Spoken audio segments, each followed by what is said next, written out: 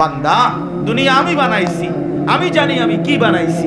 আল্লাহ বলে দুনিয়ার জীবন শুধুই তামাশা, শুধুই খেলাধুলা।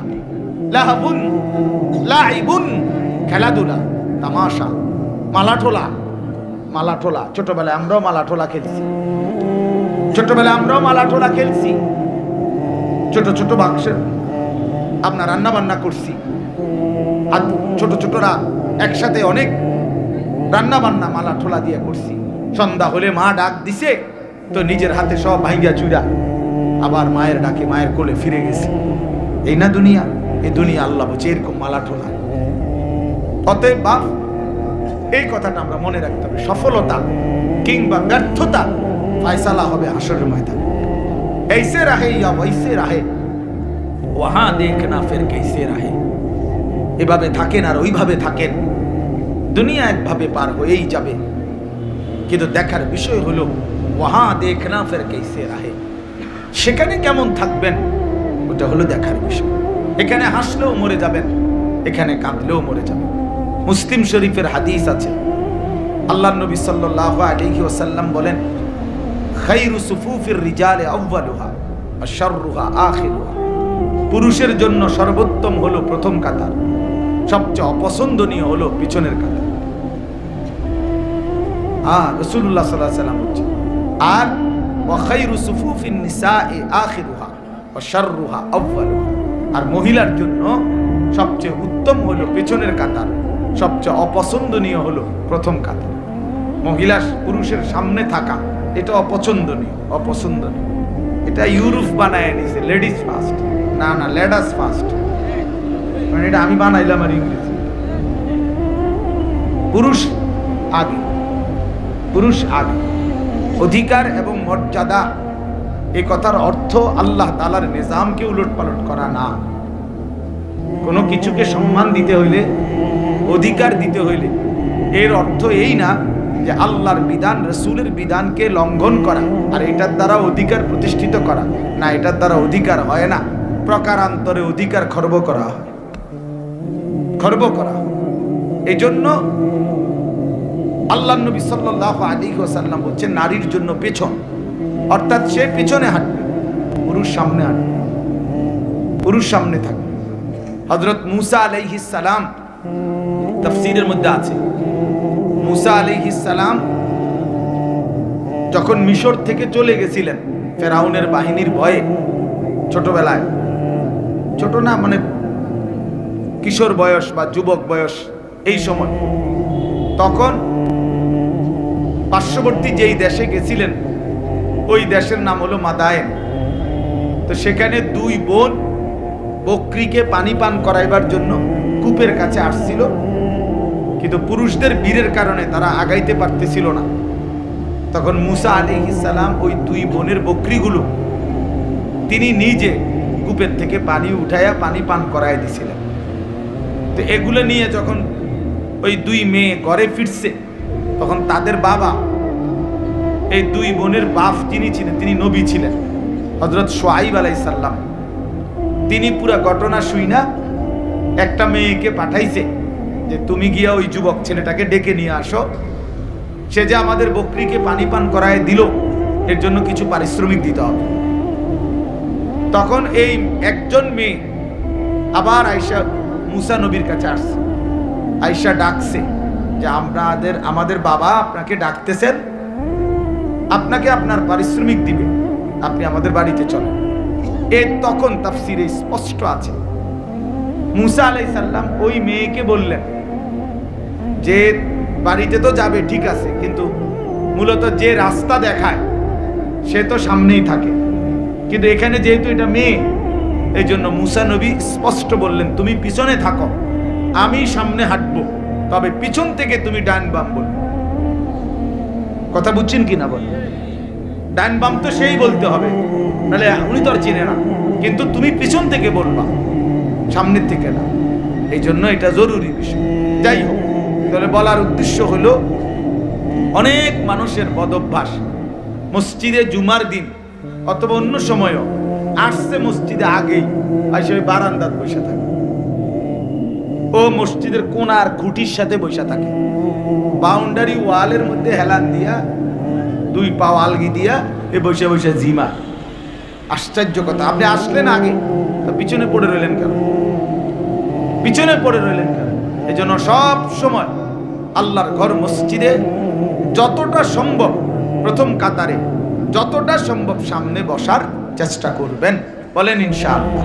আল্লাহ তাআলা আমাদেরকে তৌফিক দান করেন। বলতেছিলাম আমি যে এই কথাটা যে কম দেখা যাক, এতে কোনো আপত্তি নেই। কেন বললাম? কোরআনুল কারীমের মধ্যে আছে, আল্লাহ তাআলা বলছেন কালিলাম মা তাশকুরুন। কোরআনে আল্লাহ বলেন আমার শুকর আদায় করে, কৃতজ্ঞতা আমি আল্লাহর আদায় করে এমন বান্দা কম। কালিল ওয়া কালিলুম মিন ইবাদিয়াশ শাকুর। আল্লাহ বলেন আমার কৃতজ্ঞ বান্দা পরিমাণে কম। কালিলাম মা তাযাক্কারুন, আমি আল্লাহর কথা থেকে উপদেশ গ্রহণ করে কম। কালিল, কম। কোরআন শরীফের বহু আয়াত আছে, আল্লাহ তাআলা বলছেন ইন্নাকুম মিনকুম 20 সাবিরুনা ইয়াগলিবু মিআতাই। তোমরা যদি ঈমানদার, আল্লাহর প্রতি পূর্ণ বিশ্বাসী হয়ে থাকো 20 জন, তাহলে তোমরা বিজয় লাভ করবে 200 জন নাফরমান বেঈমানের উপরে। তাইলে ঈমানদারের পরিমাণ হবে কত? বেশি না কম? কম। এই যে 20 জন কইল, কিন্তু বিজয় লাভ করবে 200 বেঈমানের উপরে, 200 নাফরমানের উপরে। কোরআন শরীফে আল্লাহ বলছেন কাম মিন ফিআতিন কালিলাতিন গালাবাত ফিআতান কাসীরা। অল্প সংখ্যক ঈমানদারই বিজয় লাভ করে বেশি সংখ্যক বেঈমানের উপর। এজন্য দোস্ত, এজন্য বাপ, এটা ভাবা উচিত। সংখ্যা নিয়ে কোনো বিষয় না। সফলতা কিংবা ব্যর্থতার জন্য, কোরআন সুন্নাহর দৃষ্টিতে সফলতা বা ব্যর্থতার জন্য সংখ্যা কোনো বিষয় নয়। 10,000 মানুষের সামনে কেউ যদি ওয়াজ করে তাইলে তিনি সফল, 10 জনের সামনে বললে তিনি ব্যর্থ, এই কথা কোরআন সুন্নায় নাই।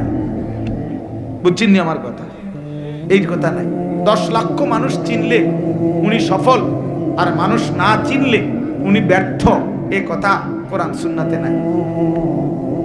সফলতা কিংবা ব্যর্থতার জন্য সবাই চিনতে হবে এটা জরুরি না। আমি উদাহরণ দেই তাহলে বুঝবেন। কোরআন শরীফে মোট 25 জন নবী এবং রাসূলের নাম আছে। 25 জন। কয়জন? তাহলে মোট নবী রাসূল কি 25 জন? আপনারা শুনেন নাই কখনো যে নবী রাসূল কয়জন? 1,24,000, কিংবা আরেকটা বর্ণনা হলো 2,24,000।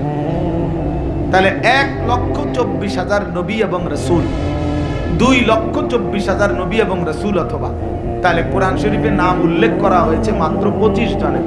তো বাকিদের নাম পৃথিবীর কেউ জানে না, কোরআনে নাই। অন্যান্য কিতাবাদি খুঁজলে আরো কিছু নবী রাসূলের নাম পাওয়া যাবে, তো নয়তো আরো 100। তো ধরে নিলাম, মনে করেন 100 জন নবী রাসূলের নাম পাইলাম খুঁজা, তাহলে বাকি যে নবী রাসূলদের নাম কেউ জানে না পৃথিবীতে, কোনো কিতাবে নাই, তাহলে ওনারা ব্যর্থ। কথা বলেন না কেন? এটা বুঝতে হবে, এটা আখিরাতের হিসাব, এটা পরকালের হিসাব। আচ্ছা, আমাদের প্রিয় নবী সাল্লাল্লাহু আলাইহি ওয়াসাল্লাম তিনি যখন বিদায় হজ্জে আরাফাতের ময়দানে, নবীজির নিজে যে বছর হজ করছেন সেই বছর হজ্জের ময়দানে নবীজি ভাষণ দিয়েছিলেন 1,25,000, প্রায় 1.25 লাখ সাহাবীর সামনে। 1,25,000 যদি সাহাবী ওই আরাফাতের মাঠে হজ্জের মধ্যে নবীজির সামনে থাকে, তাহলে বাড়িঘরে আরো আছে, সবাই তো আর একবারে গেছে গানা হজে। বাচ্চা কাচ্চা, নারী, বৃদ্ধ, দুর্বল, এরকম আছে না আরো, তো ওনারা বাদ দেন। এই 1,25,000ই ধরেন। এই 1,25,000 সাহাবীর মধ্যে সারা পৃথিবীর সমস্ত কিতাব একত্র করলেও 5,000 সাহাবীর নাম খুঁজে পাওয়া যাবে, 2,000 সাহাবীর নাম খুঁজে পাওয়া যাবে। অল্প কিছু সাহাবীর নাম পৃথিবীতে আছে, মানে কিতাবে আছে, উল্লেখ আছে। তাইলে আপনি ধরেন একেবারে 5,000-এর নাম পাওয়া গেল, ধরে নিলাম কথার কথা, তাহলে 5,000 সাহাবীর নামও যদি খুঁজে পাওয়া যায়, তাইলে তো শুধু হজ্জের ময়দানের ওই 1,20,000 সাহাবীর নাম পৃথিবীর কেউ জানে না, তো ওনারা ব্যর্থ। এইটা আমরা মনে রাখতে হবে, এটা খুব জরুরি বিষয়। এক তো আখিরাতের মুআমালা, আরেকটা হলো দুনিয়ার আপনাদের দুনিয়ার হিসাব। দুনিয়ার হিসাবে জনপ্রিয়তা, খ্যাতি, এটা একটা বিষয় অনেকে ভাবতে পারে, কিন্তু আখিরাতের দৃষ্টিতে জনপ্রিয়তা অথবা অপরিচিতি এটা কোনো বিষয় না। বিষয় হলো আল্লাহ তাআলা গ্রহণ করলেন কিনা, গ্রহণ করলেন কিনা। আমারে 10 লক্ষ মানুষ চিনে, কিন্তু আল্লাহ তাআলা গ্রহণ করে নাই, তো 2 পয়সার কোনো মূল্য নেই, 2 পয়সার মূল্য নেই। আমারে 50 লক্ষ মানুষ চিনে, তো এতে করে আমার কবরের আযাব মাফ? 1 কোটি মানুষ চিনে, আমারে কবরের আযাব মাফ আমার? না বন্ধু, না বাপ, এটা বুঝতে হবে। আখিরাতের বিবেচনা, আখিরাতের মুআমালা, পরকালের হিসাবে সফলতা কিংবা ব্যর্থতা হচ্ছে আল্লাহ তাআলার গোলামির মধ্যে, আল্লাহর বন্দেগীর মধ্যে। এজন্য কোরআন শরীফে স্পষ্ট আয়াত আছে। আপনারা দেখবেন অনেক মানুষ জানাজা যখন হয়, আমাদের এই যে ভাইরা যারা রাজনীতি করে, ওনারা সবাই জানাজার মাঠে উপস্থিত থাকে, বক্তব্যও দেয়, এবং অনেক মানুষও সমাজের মান্যগণ্য ব্যক্তিরাও লাশের সামনে 1 মিনিট 2 মিনিট বক্তৃতা দেয়। কিন্তু অধিকাংশই বক্তৃতা দিতে গিয়ে একটা লাইনে শুধু বলে যে কুল্লু নাফসিন যায়িকাতুল মাউত, আমাদের সকলকেই মৃত্যুবরণ করতে হবে। কিন্তু মজার বিষয় হলো কোরআন শরীফের যত জায়গায় এই কথাটা আছে, এতটুকু বলে কোন জায়গায় আল্লাহ কথা শেষ করে নাই। বুঝেন নাই আমার কথাটা? সকলকেই মৃত্যুর স্বাদ গ্রহণ করতে হবে, এরপরে কথা শেষ, একটা দাড়ি, এমন না।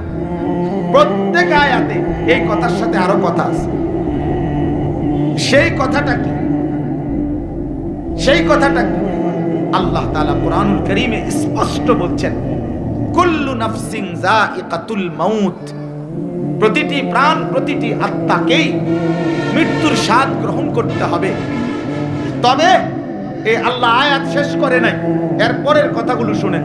আল্লাহ বলেন, ওয়া ইন্নামা তুওয়াফাউনা উজুরাকুম ইয়াউমাল কিয়ামা, এবং অবশ্যই তোমাদেরকে তোমাদের সারা জিন্দেগীর কৃতকর্মের ফলাফল আখিরাতে কিয়ামতের দিন দেয়া হবে। এরপরে আল্লাহ বলেন, ফামান যুহজিহা আনিন নার ওয়া উদখিলাল জান্নাতা ফাকাদ ফাজা। বাপ মনোযোগ দিয়া শুনেন, অল্পই শুনেন, দিল দিয়া শুনেন, একজনই শুনেন, আমার কোনো অসুবিধা নেই।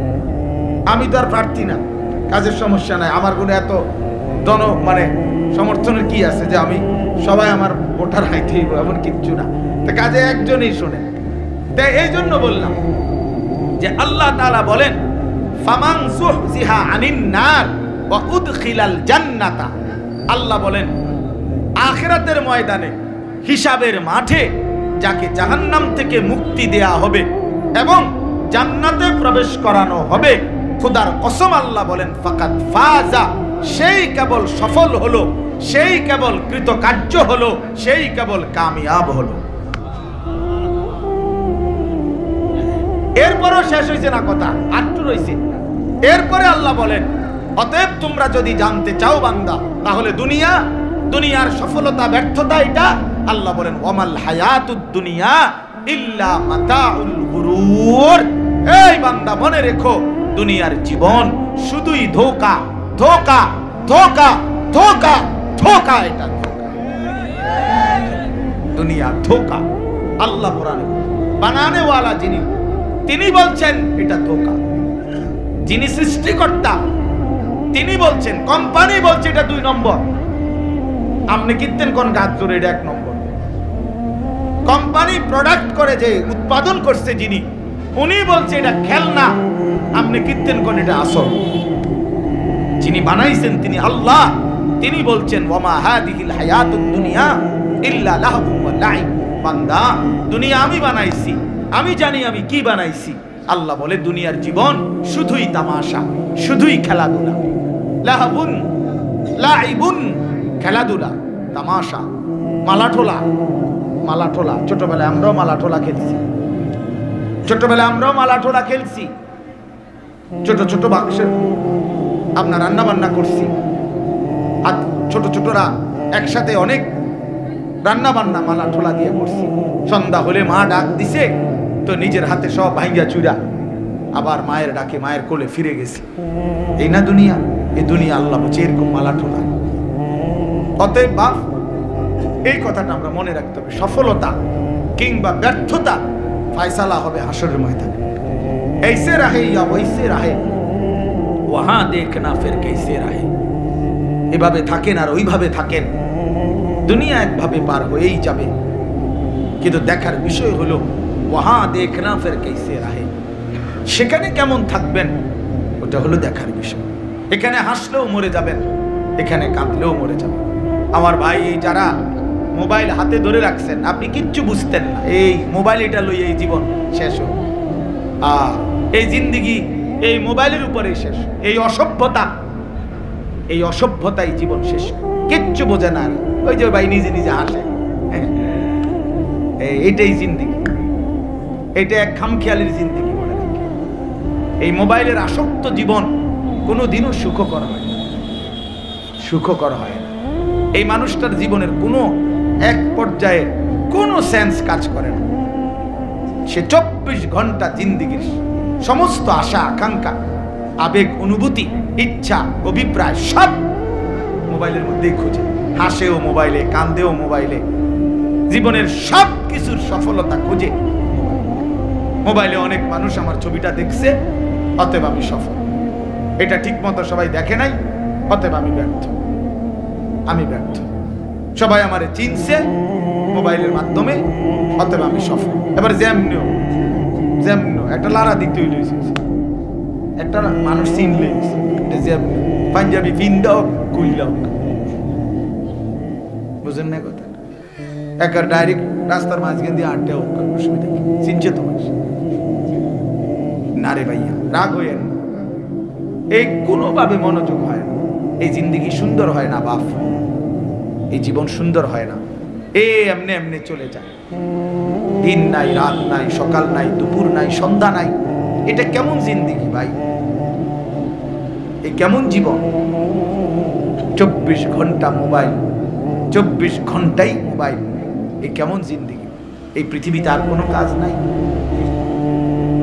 এই পৃথিবী গড়ারও কোনো প্রয়োজন নাই, আখিরাত গড়ারও প্রয়োজন। আমরা কিতাব পড়ছি, আমার কাছে আরবি কিতাব আছে, কিমাতুজ জামান ইনদাল উলামা। এই কিতাবের মধ্যে আছে মানে ওলামায়ে কেরামের নিকট সময়ের মূল্য। তো এই কিতাবে আমরা পড়ছি, এক বুজুর্গকে এক সাধারণ মানুষ আইসা বলছে, হযরত আপনার সাথে আমি একটু কথা বলবো। তিনি বললেন, কোনো প্রয়োজনীয় মাসআলা? বললেন, এমনি একটু কথা বলতাম। তখন উনি বললেন যে, তাহলে তুমি সূর্যের গতিকে কিছুক্ষণের জন্য থামায় রাখো, যতক্ষণ তুমি কথা বলতে চাচ্ছ। যদি তুমি সূর্যের গতি থামাইতে পারো তাইলে আমি রাজি আছি, আর যদি না পারো তাহলে তুমি আমার হায়াতের এই আধা ঘন্টা কেন নষ্ট করো? এই সময় তো আমার, এই 20 মিনিট তো তোমার গেলে আমারও যাবে, 30 মিনিট তো তোমার গেলে আমারও যাবে। তুমি কেন নষ্ট করবে আমার এই হায়াত? বলেন, এইভাবে ভাবতেন ওনারা, এইভাবে ভাবছেন। প্রতি সেকেন্ড আমার থেকেই যায়। ইরতাহালাতিদ দুনিয়া মুদবিরা ওয়ারতাহালাতিল আখিরাতু মুকবিলা। নবী সাল্লাল্লাহু আলাইহি ওয়াসাল্লাম বলেন, উম্মত, প্রতি মুহূর্তে, প্রতি সেকেন্ডে দুনিয়া তোমার পিছনে যায়, আখিরাত তোমার আগে আসে। এক এক ঘন্টা যাচ্ছে মানে আমার দুনিয়া যাচ্ছে, প্রতি ঘন্টা যাচ্ছে মানে আমার আখিরাত আগাচ্ছে। আমি কবরের দিকে আগাইতেছি, আমি আখিরাতের দিকে আগাইতেছি। মুসলিম শরীফের হাদিস আছে, আল্লাহর নবী সাল্লাল্লাহু আলাইহি ওয়াসাল্লাম বলেন, খায়রু সুফুফির রিজালি আউয়ালুহা ওয়া শাররুহা আখিরুহা। পুরুষের জন্য সর্বোত্তম হলো প্রথম কাতার, সবচেয়ে অপছন্দনীয় হলো পিছনের কাতার। রাসূলুল্লাহ সাল্লাল্লাহু আলাইহি ওয়াসাল্লাম বলেন, আর ওয়া খায়রু সুফুফিন নিসাই আখিরুহা ওয়া শাররুহা আউয়ালুহা। আর মহিলার জন্য সবচেয়ে উত্তম হলো পেছনের কাতার, সবচেয়ে অপছন্দনীয় হলো প্রথম কাতার। মহিলা পুরুষের সামনে থাকা এটা অপছন্দনীয়, অপছন্দনীয়। এটা ইউরোপ বানায় নিছে, লেডিস ফার্স্ট। না না, লেডাস ফার্স্ট, মানে এটা আমি বানাইলাম আর ইংরেজি। পুরুষ আগে, পুরুষ আগে। অধিকার এবং মর্যাদা এই কথার অর্থ আল্লাহ তাআলার নিজামকে উলটপালট করা না।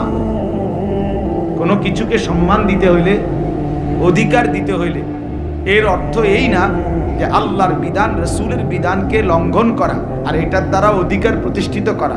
না, এটার দ্বারা অধিকার হয় না, প্রকারান্তরে অধিকার খর্ব করা হয়, খর্ব করা।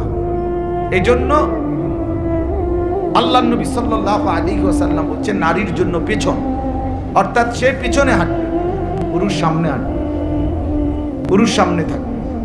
হযরত মূসা আলাইহিস সালাম, তাফসীরের মধ্যে আছে, মূসা আলাইহিস সালাম যখন মিশর থেকে চলে গেছিলেন ফেরাউনের বাহিনীর ভয়ে, ছোটবেলায়, ছোট না মানে কিশোর বয়স বা যুবক বয়স এই সময়, তখন পার্শ্ববর্তী যেই দেশে গেছিলেন ওই দেশের নাম হলো মাদায়েন। তো সেখানে দুই বোন বকরিকে পানি পান করাইবার জন্য কূপের কাছে আসছিল, কিন্তু পুরুষদের বীরের কারণে তারা আগাইতে পারতেছিল না। তখন মূসা আলাইহিস সালাম ওই দুই বোনের বকরিগুলো তিনি নিজে কূপের থেকে পানি উঠাইয়া পানি পান করাই দিছিলেন।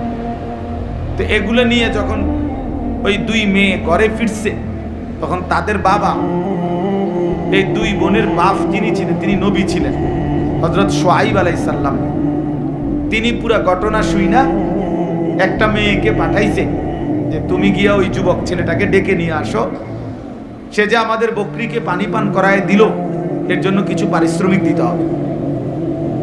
তখন এই একজন মেয়ে আবার আয়েশা মূসা নবীর কাছে আসছে, আয়েশা ডাকছে যে আমাদের বাবা আপনাকে ডাকতেছেন, আপনাকে আপনার পারিশ্রমিক দিবে, আপনি আমাদের বাড়িতে চলেন।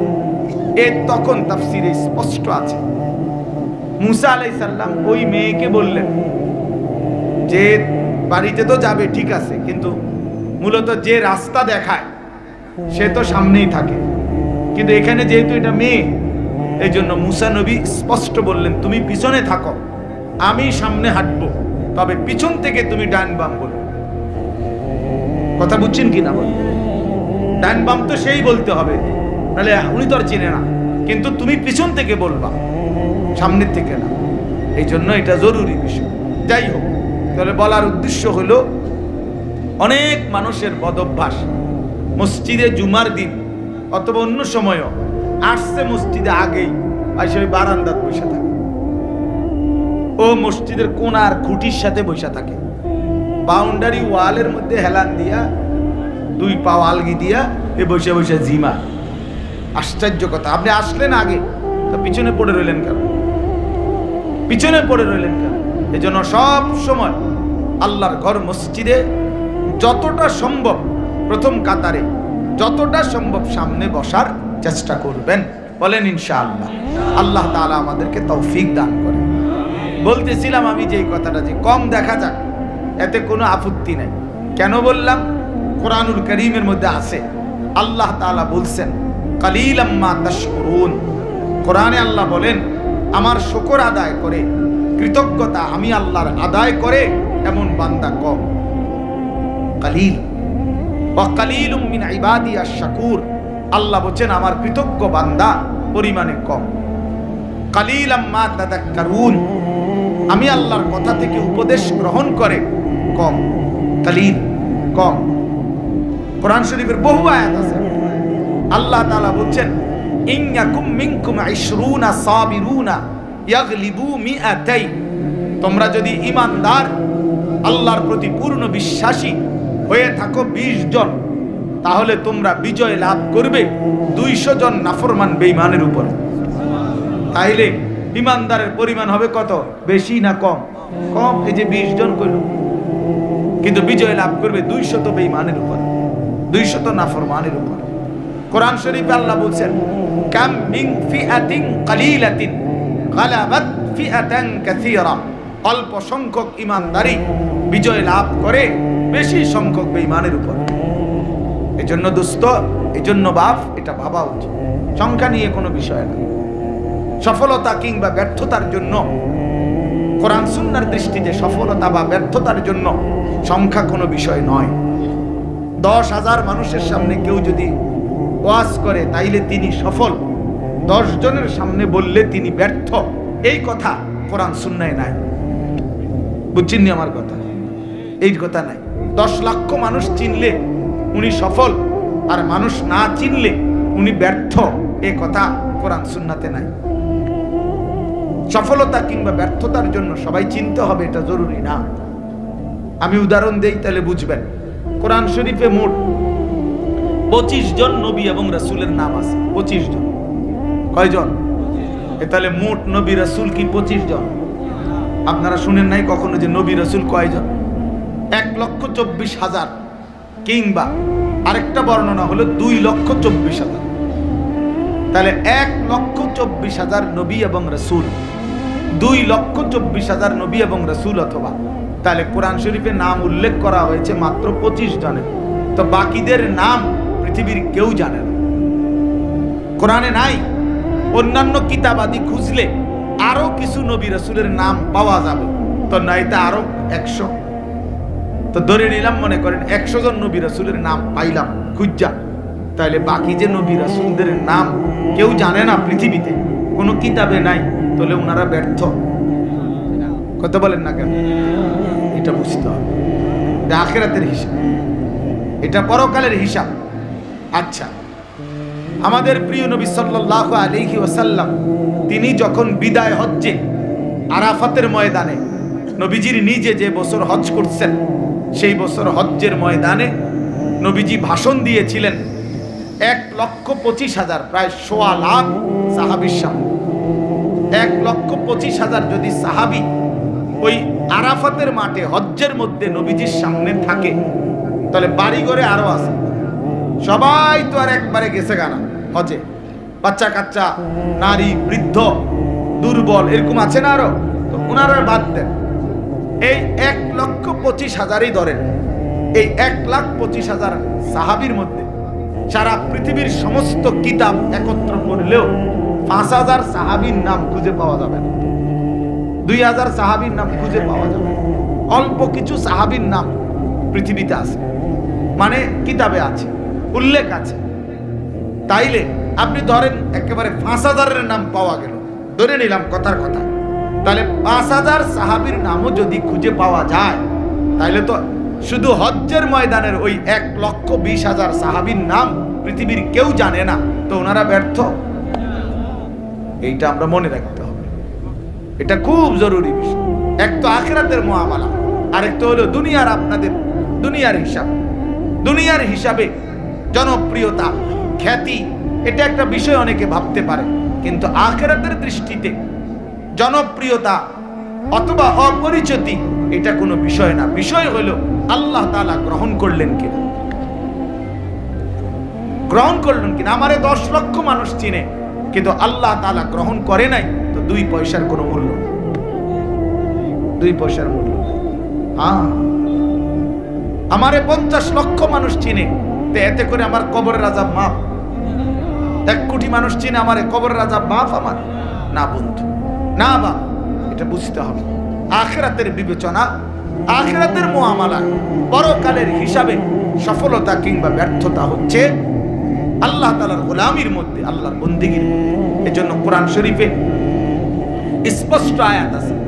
আপনারা দেখবেন অনেক মানুষ জানাজা যখন হয়, আমাদের এই যে ভাইরা যারা রাজনীতি করে, ওনারা সবাই জানাজার মাঠে উপস্থিত থাকে, বক্তব্য দেয়, এবং অনেক মানুষও সমাজের মান্যগণ্য ব্যক্তিরাও লাশের সামনে 1 মিনিট 2 মিনিট বক্তৃতা দেয়। কিন্তু অধিকাংশই বক্তৃতা দিতে গিয়ে একটা লাইনে শুধু বলে যে কুল্লু নাফসিন যায়িকাতুল মাউত, আমাদের সকলকেই মৃত্যুবরণ করতে হবে। কিন্তু মজার বিষয় হলো কোরআন শরীফের যত জায়গায় এই কথাটা আছে, এতটুকু বলে কোনো জায়গায় আল্লাহ কথা শেষ করে না। বুঝেন নাই আমার কথাটা? সকলকেই মৃত্যুর স্বাদ গ্রহণ করতে হবে, এরপরে কথা শেষ, একটা দাঁড়ি, এমন না। প্রত্যেক আয়াতে এই কথার সাথে আরো কথা আছে। সেই কথাটা কি? সেই কথাটা কি? আল্লাহ তাআলা কোরআনুল কারীমে স্পষ্ট বলছেন, কুল্লু নাফসিন যায়িকাতুল মাউত, প্রতিটি প্রাণ, প্রতিটি আত্মাকেই মৃত্যুর স্বাদ গ্রহণ করতে হবে। তবে এই আল্লাহ আয়াত শেষ করে নাই, এর পরের কথাগুলো শুনেন। আল্লাহ বলেন ওয়া ইন্নামা তুওয়াফাউনা উজুরাকুম ইয়াউমাল কিয়ামা, এবং অবশ্যই তোমাদেরকে তোমাদের সারা জিন্দেগীর কৃতকর্মের ফলাফল আখিরাতে কিয়ামতের দিন দেয়া হবে। এরপরে আল্লাহ বলেন ফামান যুহজিহা আনিন নার ওয়া উদখিলাল জান্নাতা ফাকাদ ফাজা। বাপ মনোযোগ দিয়া শুনেন, অল্পই শুনেন, দিল দিয়া শুনেন, একজনই শুনেন, আমার কোনো অসুবিধা নেই। আমি তো আর প্রার্থী না, কাজের সমস্যা নাই, আমার কোনো এত সমর্থনের কি আছে যে আমি সবাই আমার ভোটার হাইতে এমন কিচ্ছু না। তা কাজে একজনই শুনেন। তাই এই জন্য বললাম যে আল্লাহ তাআলা বলেন ফামান যুহজিহা আনিন নার ওয়া উদখিলাল জান্নাতা। আল্লাহ বলেন আখিরাতের ময়দানে, হিসাবের মাঠে যাকে জাহান্নাম থেকে মুক্তি দেয়া হবে এবং জান্নাতে প্রবেশ করানো হবে, খোদার কসম আল্লাহ বলেন ফাকাদ ফাজা, সেই কেবল সফল হলো, সেই কেবল কৃতকার্য হলো, সেই কেবল কামিয়াব হলো। এরপরও শেষ হয়েছে না কথা, আটটু রয়েছে। এরপরে আল্লাহ বলেন অতএব তোমরা যদি জানতে চাও বান্দা, তাহলে দুনিয়ার সফলতা ব্যর্থতা এটা। আল্লাহ বলেন ওয়ামাল হায়াতুদ দুনিয়া ইল্লা মাতাউল গুরুর। এই বান্দা মনে রেখো, দুনিয়ার জীবন শুধুই ধোঁকা, ধোঁকা, ধোঁকা, ধোঁকা, ধোঁকা। এটা দুনিয়া ধোঁকা। আল্লাহ কোরআনে বানানে ওয়ালা যিনি, তিনি বলছেন এটা ধোঁকা। যিনি সৃষ্টিকর্তা তিনি বলছেন, কোম্পানি বলছে এটা 2 নম্বর। আপনি কিনতেন কোন গাছ ধরে, এটা 1 নম্বর। কোম্পানি প্রোডাক্ট করে যে উৎপাদন করছে যিনি, উনি বলছে এটা খেলনা, আপনি কিনতেন কোন এটা আসল। যিনি বানাইছেন তিনি আল্লাহ, তিনি বলছেন ওয়ামা হাদিহিল হায়াতুদ দুনিয়া ইল্লা লাহবুন ওয়া লাইব। বান্দা দুনিয়া আমি বানাইছি, আমি জানি আমি কি বানাইছি। আল্লাহ বলে দুনিয়ার জীবন শুধুই তামাশা, শুধুই খেলাধুলা। লাহবুন লাইবুন, খেলাধুলা, তামাশা, মালাঠোলা। মালাঠোলা ছোটবেলায় আমরাও মালাঠোলা খেলছি, ছোটবেলায় আমরাও মালাঠোলা খেলছি। ছোট ছোট বাক্সে আপনার রান্না বান্না করছি, আর ছোট ছোটরা একসাথে অনেক রান্না বান্না মালাঠোলা দিয়ে করছি। সন্ধ্যা হলে মা ডাক দিছে তো নিজের হাতে সব ভাঙ্গা চুরা আবার মায়ের ডাকে মায়ের কোলে ফিরে গেছে। এই না দুনিয়া? এই দুনিয়া আল্লাহ বলছে এরকম মালাঠোলা। অতএব বাপ, এই কথাটা আমরা মনে রাখতে হবে। সফলতা কিংবা ব্যর্থতা ফায়সালা হবে হাসরের ময়দানে। ऐसे रहे या वैसे रहे वहां देखना फिर कैसे रहे। এভাবে থাকেন আর ওইভাবে থাকেন, দুনিয়া একভাবে পার হয়েই যাবে। কিন্তু দেখার বিষয় হলো ওয়াহাঁ দেখনা ফির कैसे रहे, সেখানে কেমন থাকবেন ওটা হলো দেখার বিষয়। এখানে হাসলেও মরে যাবেন, এখানে কাঁদলেও মরে যাবেন। আমার ভাই, যারা মোবাইল হাতে ধরে রাখছেন, আপনি কিচ্ছু বুঝতেন না। এই মোবাইল এটা লই এই জীবন শেষ হল, এই জিন্দিগি এই মোবাইলের উপরে শেষ। এই অসভ্যতাই জীবন শেষ, কিচ্ছু বোঝে না। ওই যে ভাই নিজে নিজে হাসে, এইটাই জিন্দিগি, এটা এক খামখেয়ালির জিন্দিগি। মনে রাখি, এই মোবাইলের আসক্ত জীবন কোনোদিনও সুখকর হয় না, সুখকর হয় না। এই মানুষটার জীবনের কোনো এক পর্যায়ে কোনো সেন্স কাজ করে না।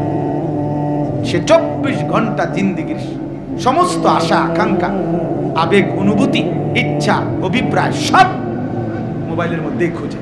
হাসেও মোবাইলে, কান্দেও মোবাইলে, জীবনের সব কিছুর সফলতা খুঁজে মোবাইলে। অনেক মানুষ আমার ছবিটা দেখছে, অতএব আমি সফল। এটা ঠিক মতো সবাই দেখে নাই, অতএব আমি ব্যর্থ। আমি ব্যর্থ। সবাই আমারে চিনছে মোবাইলের মাধ্যমে, অতএব আমি সফল। এবার যেমনিও একটা লারা দিতে হইলে একটা মানুষ চিনলে যেমনি পাঞ্জাবি পিন্দাও কুল্লাও, বুঝেন না কথা? একার ডাইরেক্ট রাস্তার মাঝখান দিয়ে আটটা হোক, অসুবিধা কি? চিনছে তো না রে ভাইয়া, রাগ হয়ে না। এই কোনোভাবে মনোযোগ হয় না, এই জিন্দিগি সুন্দর হয় না বাপ। এই জীবন সুন্দর হয় না, এমনি এমনি চলে যায়। দিন নাই, রাত নাই, সকাল নাই, দুপুর নাই, সন্ধ্যা নাই। এটা কেমন জিন্দেগি ভাই? এই কেমন জীবন? 24 ঘন্টা মোবাইল, 24 ঘন্টাই মোবাইল। এই কেমন জিন্দেগি? এই পৃথিবীতে আর কোনো কাজ নাই? এই পৃথিবী গড়ারও কোনো প্রয়োজন নাই, আখিরাত গড়ারও প্রয়োজন। আমরা কিতাব পড়ছি, আমার কাছে আরবি কিতাব আছে, কিমাতুজ জামান ইনদাল উলামা। এই কিতাবের মধ্যে আছে মানে উলামায়ে কেরামের নিকট সময়ের মূল্য। তো এই কিতাবে আমরা পড়ছি, এক বুজুর্গকে এক সাধারণ মানুষ আইসা বলছে, হযরত আপনার সাথে আমি একটু কথা বলবো। তিনি বললেন, কোনো প্রয়োজনীয় মাসআলা? বললেন, এমনি একটু কথা বলতাম। তখন উনি বললেন যে, তাহলে তুমি সূর্যের গতিকে কিছুক্ষণের জন্য থামায় রাখো, যতক্ষণ তুমি কথা বলতে চাচ্ছ। যদি তুমি সূর্যের গতি থামাইতে পারো তাইলে আমি রাজি আছি, আর যদি না পারো তাহলে তুমি আমার হায়াতের এই আধা ঘন্টা কেন নষ্ট করো? এই সময় তো আমার, এই 20 মিনিট তো তোমার গেলে আমারও যাবে, 30 মিনিট তো তোমার গেলে আমারও যাবে। তুমি কেন নষ্ট করবে আমার এই হায়াত? বলেন, এইভাবে ভাবতেন না, এইভাবে ভাবছেন। প্রতি সেকেন্ড আমার থেকেই যায়। ইরতাহালাতিদ দুনিয়া মুদবিরা ওয়ারতাহালাতিল আখিরাতু মুকবিলা। নবী সাল্লাল্লাহু আলাইহি ওয়াসাল্লাম বলেন, উম্মত, প্রতি মুহূর্তে, প্রতি সেকেন্ডে দুনিয়া তোমার পিছনে যায়, আখিরাত তোমার আগে আসে। এক এক ঘন্টা যাচ্ছে মানে আমার দুনিয়া যাচ্ছে, প্রতি ঘন্টা যাচ্ছে মানে আমার আখিরাত আগাচ্ছে। আমি কবরের দিকে আগাইতেছি, আমি আখিরাতের দিকে আগাইতেছি।